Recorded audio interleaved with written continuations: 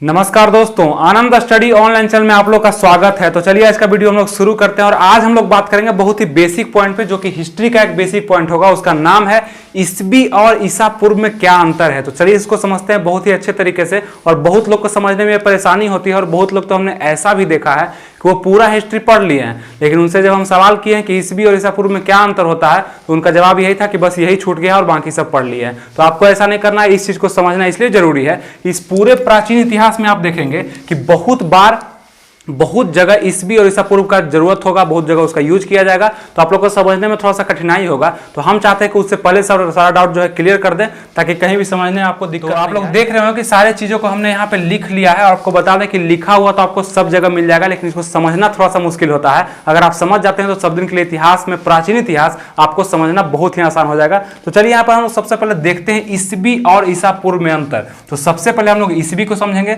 उसके बाद हम लोग ईसा पूर्व में समझेंगे और दोनों में फिर अंतर को समझ लेंगे। ठीक है, चलिए शुरू करते हैं। तो यहां पे आप देख रहे हो कि जो आपका अभी का काल चल रहा होगा, वर्तमान का काल, तो कोरोना के बाद का काल चल रहा होगा। तो कोरोना के बाद हम लोग 2021 में हैं, या आप इस वीडियो को देख रहे होंगे एक साल बाद, 2 साल बाद देखेंगे, तो 2022 में देखेंगे, 2023 में देखेंगे। तो खैर इससे मतलब नहीं है, क्योंकि हम लोग इतिहास पढ़ रहे हैं तो आगे हम लोग को नहीं जाना है, हम लोग को पीछे आना है, क्योंकि इतिहास में सारी जानकारी हमें पीछे से पढ़नी होती है। ठीक है, तो आज 2021 चल रहा है, 2021 चल रहा है, उससे पहले कभी ना कभी 2020 होगा, उससे ही पहले कभी 1500 ईस्वी होगा। समझ रहे हैं इस बात को आप लोग कि 2021 2020 भी होगा, 2000 भी होगा, 1500 भी होगा, 500 भी होगा, 100 भी होगा। तो इस तरह से हम लोग काल पीछे चल रहे हैं।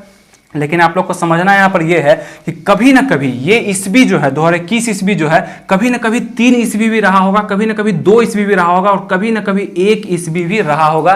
तो 1 ईस्वी जो था उसके पहले क्या था, तो 0 ईस्वी। ये 0 ईस्वी को आप लोग को समझना है, क्योंकि ये 0 ईस्वी को हम लोग एडी के नाम से जानते हैं। और आप लोग 2 ही शब्द तो सुनते होंगे, एक एडी सुनते होंगे और एक बीसी सुनते होंगे। तो सबसे पहले हम लोग एडी को समझते हैं। तो एडी का मतलब होता है, यहाँ पे समझिएगा, ईसा मसीह का जन्म। जिस दिन ईसा मसीह का जन्म हुआ था, ईसा मसीह के नाम से आप लोग परिचित होंगे, जानते भी होंगे, बहुत बार सुने होंगे। तो ईसा मसीह जो होते हैं ईसाई के भगवान माने जाते हैं, मतलब कि ईसाई धर्म के प्रवर्तक ईसा मसीह को माना जाता है। तो उनका जिस दिन जन्म हुआ था, जिस दिन बर्थ ऑफ जीसस क्राइस्ट था, उसी दिन को हम लोग 0 मान लिए थे। मतलब उस दिन से ईस्वी का शुरुआत हम लोग मान लिए थे, ऐसा मान लिया गया था। उस दिन को मान लिया गया था और उसी दिन को हम लोग एडी के नाम से जानते हैं। अब ये एडी क्या है इसको समझते हैं, क्योंकि यहां से प्रश्न भी बनते हैं, तो उसको भी हम लोग देख लेते हैं।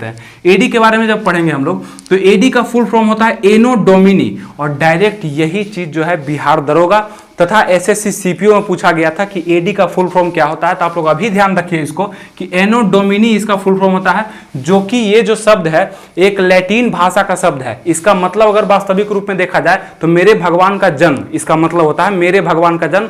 तो ये क्या है, एनो डोमिनी एडी का फुल फॉर्म होता है। क्लियर हो गया। और इसको हिंदी में हम लोग ईस्वी के नाम से जानते हैं, मतलब ईस्वी हम लोग पढ़ेंगे अभी। तो यहाँ पे देखेंगे, अगर जो लोग ईसाई धर्म में विश्वास नहीं करते हैं, मतलब ईसाई धर्म में विश्वास नहीं करते था, ईसा मसीह को नहीं मानते हैं, वो इस चीज को क्या बोलते हैं, वो इस तारीख को क्या बोलते हैं, कॉमन ईरा के नाम से जानते हैं। कॉमन ईरा भी बोल सकते हैं इसलिए क्योंकि ईस्वी और ईसा पूर्व के बीच का समय, इसको कॉमन ईरा भी मान सकते हैं। लेकिन वो लोग मानते हैं जो ईसाई धर्म में विश्वास नहीं करते हैं। तो कहीं कहीं आप लोग देखेंगे कि एडी के जगह सीई भी लिखा हुआ रहेगा, तो कंफ्यूज नहीं करिएगा, उसको कॉमन ईरा बोलते हैं, इसको एनो डोमिनी बोलते हैं। क्लियर हो गया ईस्वी का बात। अब चलिए हम लोग थोड़ा सा बीसी को समझते हैं। तो यहाँ पे समझ लिए आप लोग कि ईस्वी 1 ईस्वी, कभी ना कभी 1 ईस्वी रहा होगा। और आप में से जितने भी लोग देख रहे होंगे तो अधिकतर लोग का जन्म जो है 1900 ईस्वी में हुआ होगा, मतलब कि 2000 के पहले। तो 1900 के बाद बढ़ता हुआ काल 2021, 2022, 2023, 2025 भी जा रहा होगा।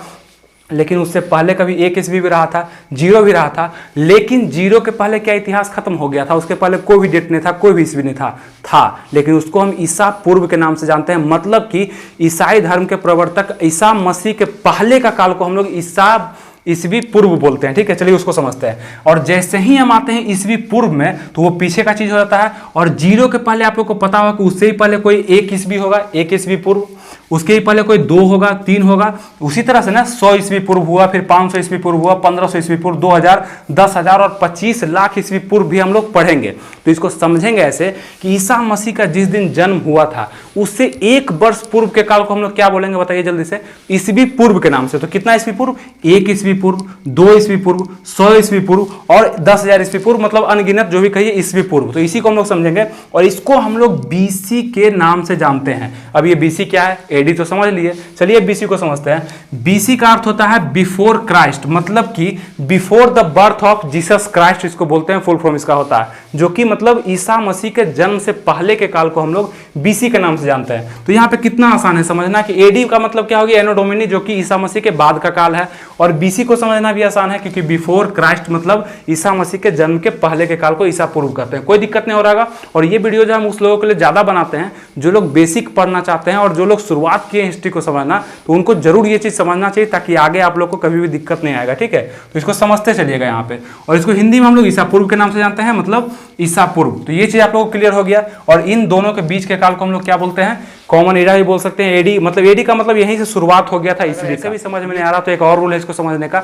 जैसे आप जब मैथ पढ़ते थे वहां पे प्लस माइनस करके भी समझते थे। जैसे ये जीरो है, इसको जीरो मान लीजिए, और इधर के सभी चीज को आप प्लस मान लीजिए, और इधर के सभी चीज को आप माइनस मान लीजिए। तो जो भी यहाँ इधर की चीज को हम लोग क्या बोलते हैं, ईस्वी के नाम से जानते हैं, ईस्वी पूर्व के नाम से इधर की चीज को जानते हैं। ठीक है, तो जो भी चीज ईस्वी में आएगा उसको प्लस कर देना है, और जो भी चीज माइनस में रहेगा, जैसे -6 और -4 में कौन बड़ा है, तो -4 बड़ा है, और -4 और 4 में कौन बड़ा है, तो 4 बड़ा है। तो जब भी माइनस में आएगा तो आपको इधर जाना है, और जब भी ये प्लस में रहेगा तो आपको इधर जाना है। मतलब कि यहाँ से घटते क्रम और यहाँ से बढ़ते क्रम। आप लोग दोनों में से कोई एक चीज को जरूर समझ गए होंगे, इतना तो आप लोग में समझदारी होगा ही। तो चलिए अब इसको हम एग्जाम्पल के रूप में समझते हैं। कुछ एग्जाम्पल आप लोग के लिए रख लिए हम। यहाँ पे देखिएगा कि एक सिकंदर महान का हम बात करते हैं, मतलब कि जिसने दुनिया जीतने के लिए निकला था, उसी के बारे में सबसे पहले एग्जाम्पल लेते हैं कि जो सिकंदर था ये भारत पर आक्रमण किया था, क्योंकि ये मकदूनिया का शासक था। तो ये भारत पर आक्रमण किया था 326 ईस्वी पूर्व में। इसका मतलब कहां से, ईसा मसीह के जन्म से 326 ईस्वी पूर्व में। कहां पे, तो 326 ईस्वी हो सकता है यहाँ पे आ रहा होगा।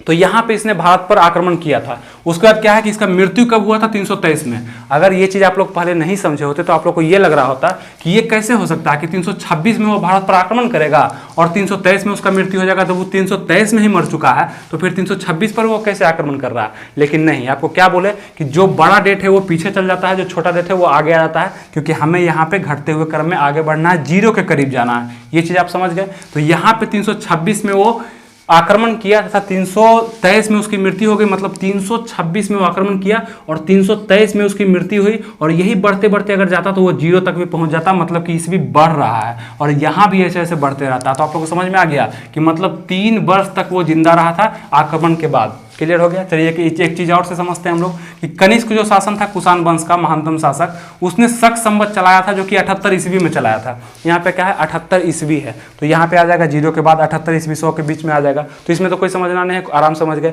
वही 78 ईस्वी पूर्व रहता तो यहाँ पे आया था, और दोनों का अंतर तो जोड़ देते उसको, कोई दिक्कत नहीं हो रहा होगा। फिर चलिए अगला हम लेते हैं एक और एग्जाम्पल, चंद्रगुप्त मौर्य के बारे में, जो मगध की धरती पे शासन काल हुआ था मौर्य वंश का।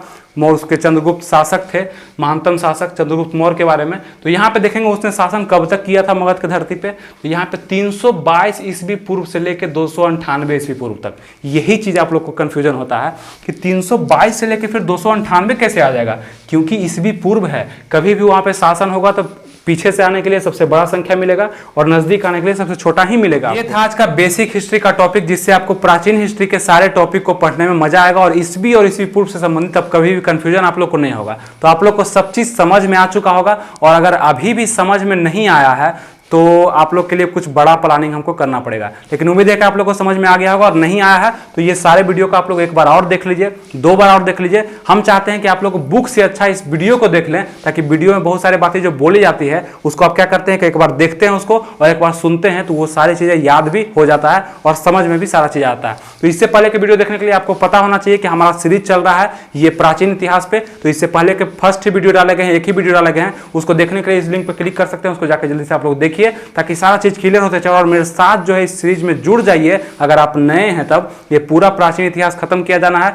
उसके बाद मध्यकालीन, उसके बाद आधुनिक का इतिहास पूरा खत्म किया जाना है, और फिर सारे टॉपिक जीके जीएस के यहीं पे कवर कराए जाएंगे। अगर आप लोग नए हैं तो इस चैनल से जुड़ जाएं, और ये वीडियो से अगर आप लोग को लाभ मिला है तो इसको एक लाइक कर दें। तो मिलते हैं आपसे फिर अगले वीडियो में, तब तक के लिए थैंक यू, जय हिंद।